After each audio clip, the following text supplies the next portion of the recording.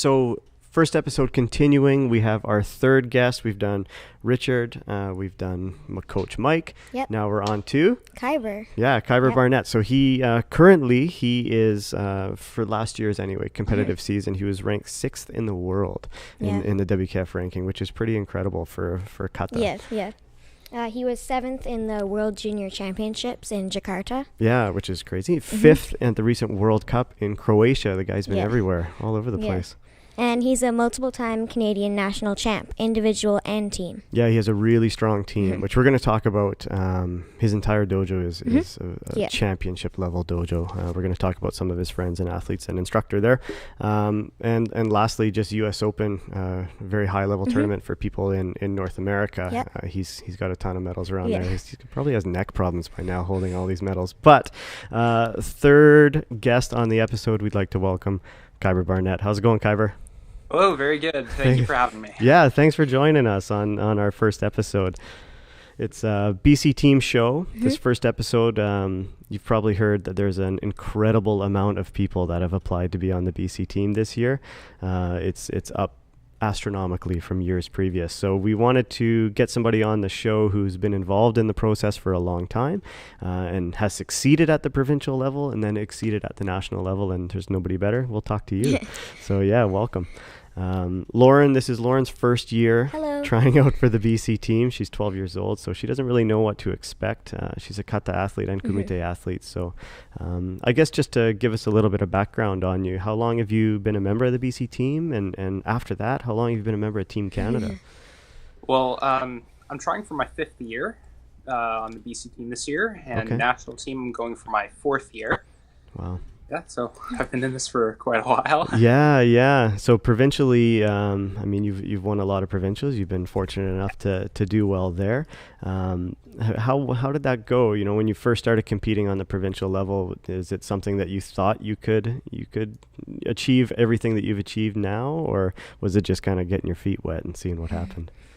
Oh, not at all. The first year I got I think 3rd at provincials. Okay. My first year, then slowly moved up from there, got 2nds and then 1st, and that stayed relatively constant. Right. Then now moving up into a new category, so I'm just kind of getting back into it again. But yeah, it does not get easier. No. Everyone's pushing a little bit harder, and you gotta push a little bit harder than everyone else. Yeah, so I wanted to talk a little bit about that because it's a really hard transition in karate, transitioning from junior to senior. It's a big jump. So how are your thoughts on that? Like, how is that process going for you?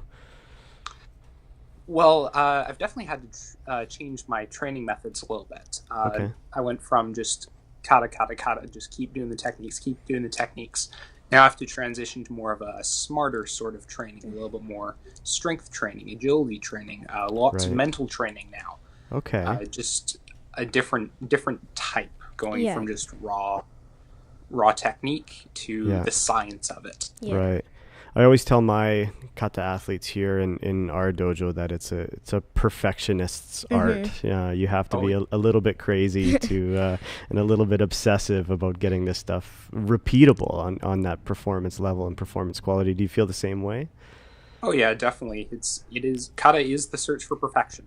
That's how I've always seen it, and I think your description of it being a perfectionist activity is definitely a description of me. So it's a good quality to have. It's hard to deal with sometimes, but So traveling, I mean, we were just talking to Coach Mike. We've been pretty fortunate. BC's had the nationals here for 4 out of 5 years. Now you got to travel to Quebec. Traveling's not new for you, but traveling with the BC team, how does that all go? So we have a whole bunch of new BC team members. What can they expect traveling with this big team? You definitely form a little bit of a family as you move across the years. Maybe not right away. Maybe the first year a little bit in an awkward phase, but after about the first year, you get to know a bunch of people. You get to know people on the team that you kind of just stick with for a while. Then you also meet a lot of people from other provinces, which end up being almost like a second family as well. And so, especially if you move on to the Canadian team, getting that second family with a bunch of people in different provinces, it's definitely a great experience you get. a lot of friends, and it's just an amazing experience, honestly. So everybody really comes together, and Yes. even though you're on a competitive stage, it's pretty supportive. I think I saw a picture on Facebook actually from the last nationals when you guys switched some jackets with the Quebec guys. I mean, that just shows that support, right? You're helping out each other and becoming friends. Yeah. Yeah. These are guys that I've competed with for a long time. And like me and Amber, who was the other BC athlete there, like we just competed together for a long time. Then we found Nathan and Will. Then they got the 2 bronze medals at nationals, and me and Amber got first and second. And it was just logical to switch jackets. We know them. It's all about success. It's all about fun. Absolutely. Last competitive season, where are some of the places you had to travel to get to these big tournaments? Oh, the so far away land of Richmond. You just run down there? Yeah, basically. Yeah, Guayaquil, Ecuador. That was for Pan Ams. Umag, Croatia. For the Youth Cup. Then year before, Indonesia, Jakarta, Indonesia for Worlds.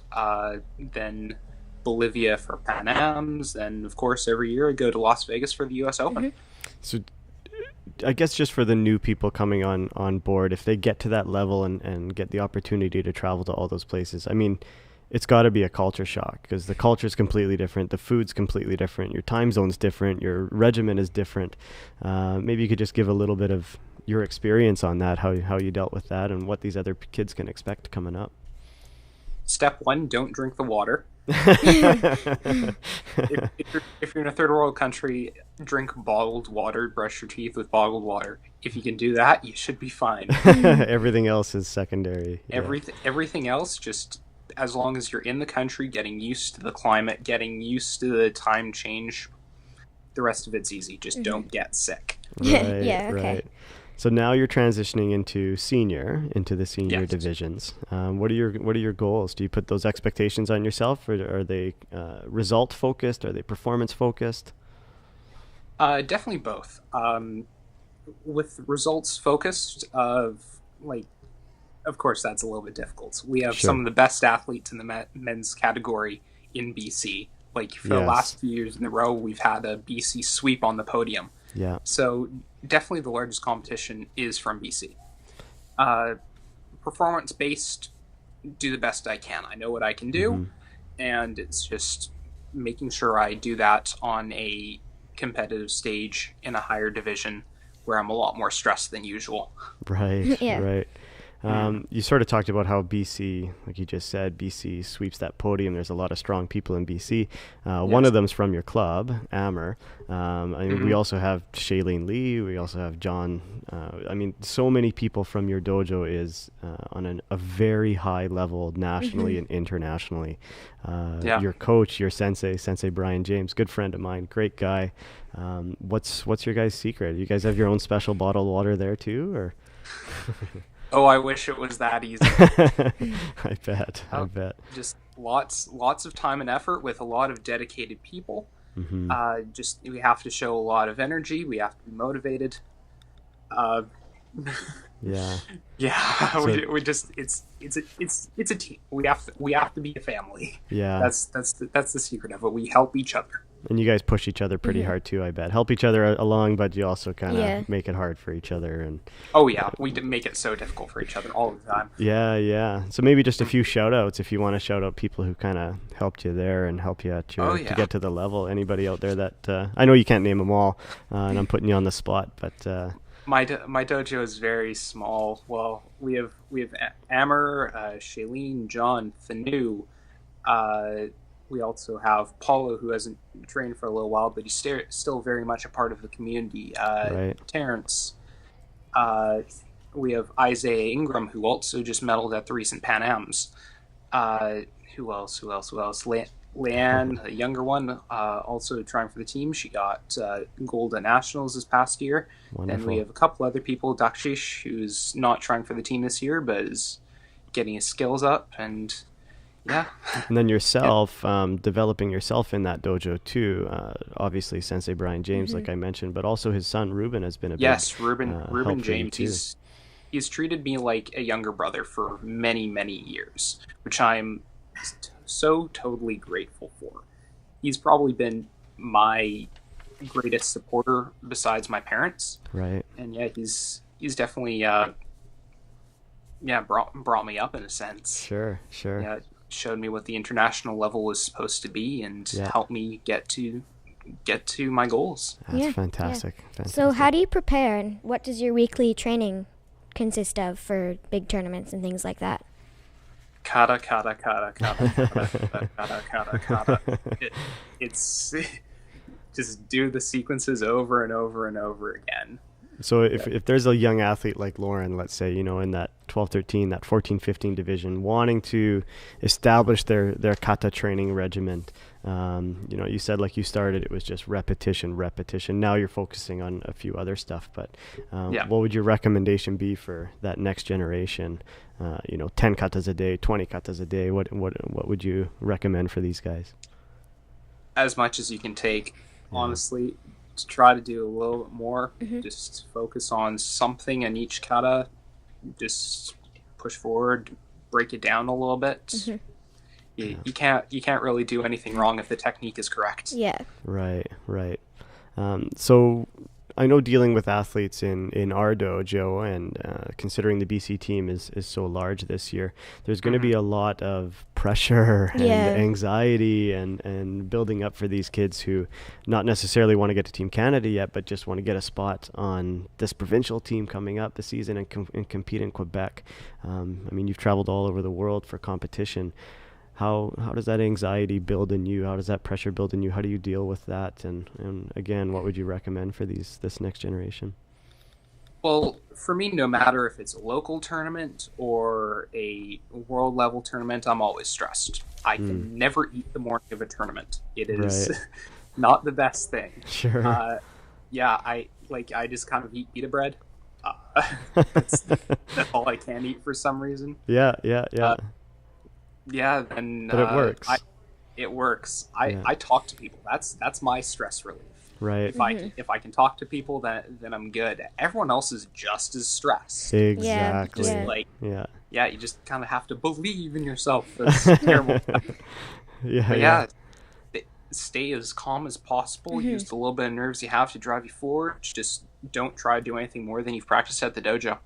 Right. Yeah. No, that's really good advice. And it's hard to put, everybody seems to feel so individualistic that they're the only one that feels this way, and they're the only ones that feeling this anxiety. Everyone's stressed. It's you're all trying to do the same thing, right? There's only a certain amount of spots, and that's what it is sometimes. But, another question I had, you specialize in kata.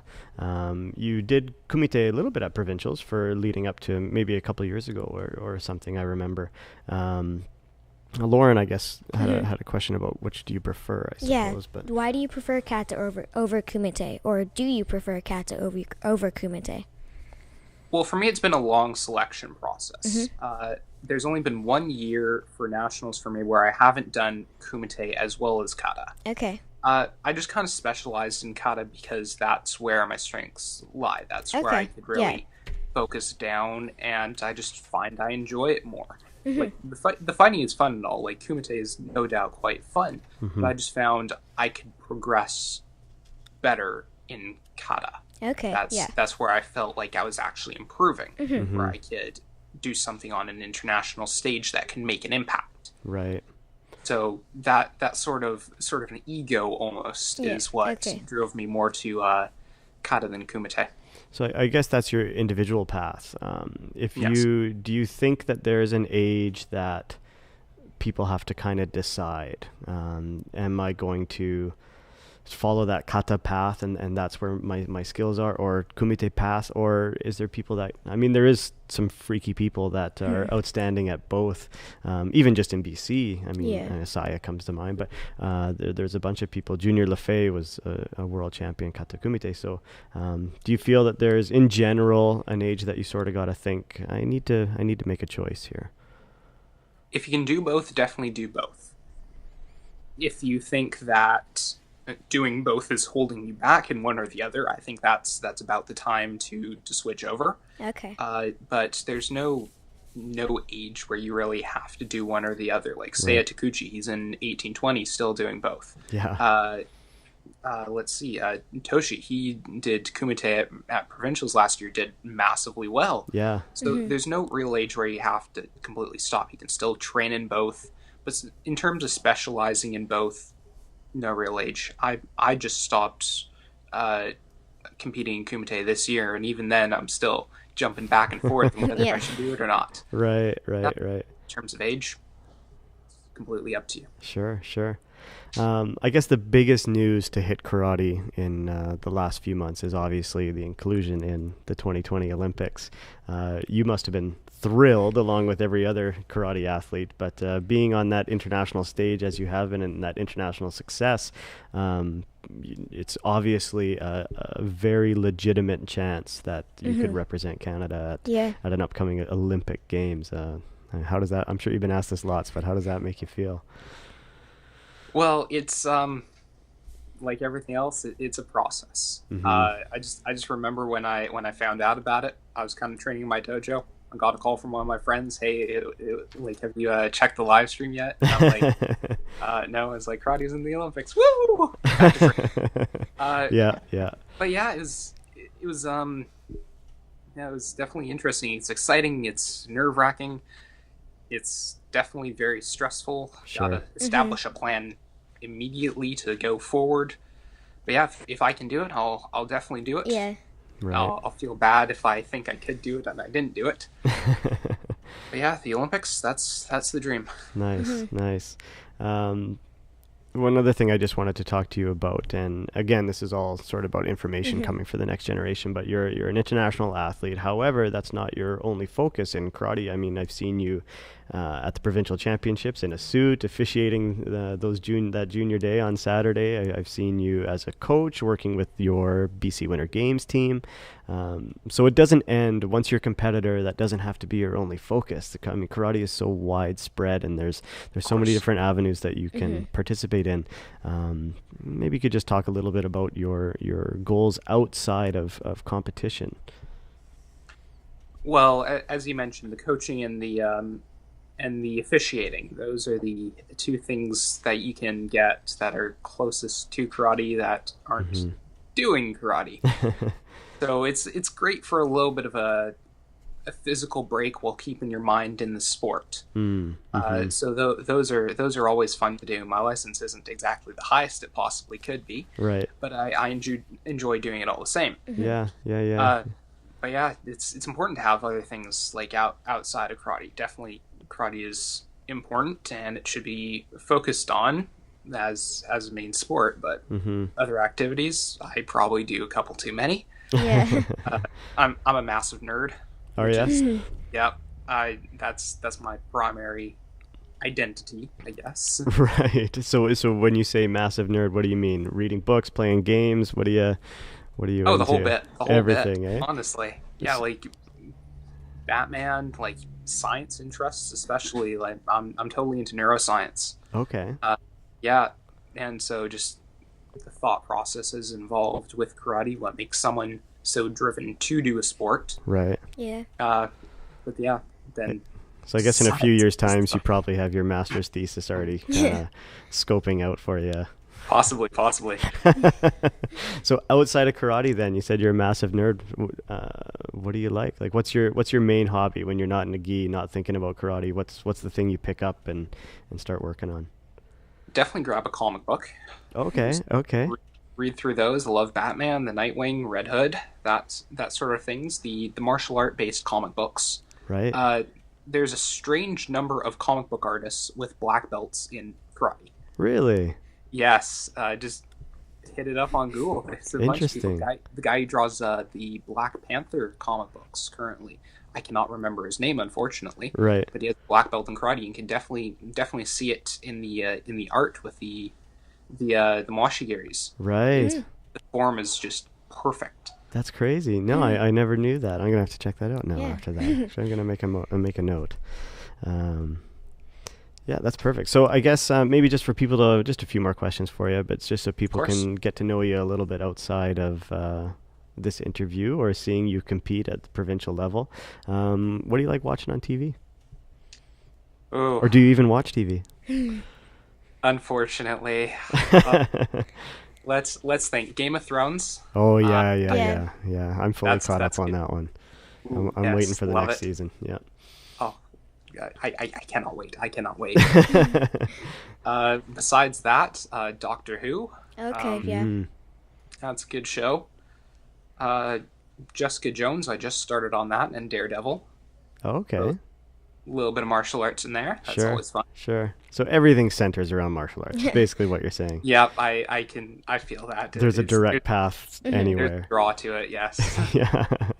Perfect. Well, again, I think we appreciate you coming Yeah, on the we show do. and sharing your knowledge and sharing your Thank you very experience with everybody. And it's our first show and your first athlete Mm-hmm. guest. So we're honored to have you and for you to take the time. We appreciate it. Thank you very much for having me. Yeah, of course. Have Yeah. a great rest of the day. Bye. You too. Bye. Bye. That was a great interview by Yeah. Khyber. Yeah. Really interesting stuff. I mean, obviously he's a high-level competitor, but just get to know him a little bit outside of that Yeah. that stage.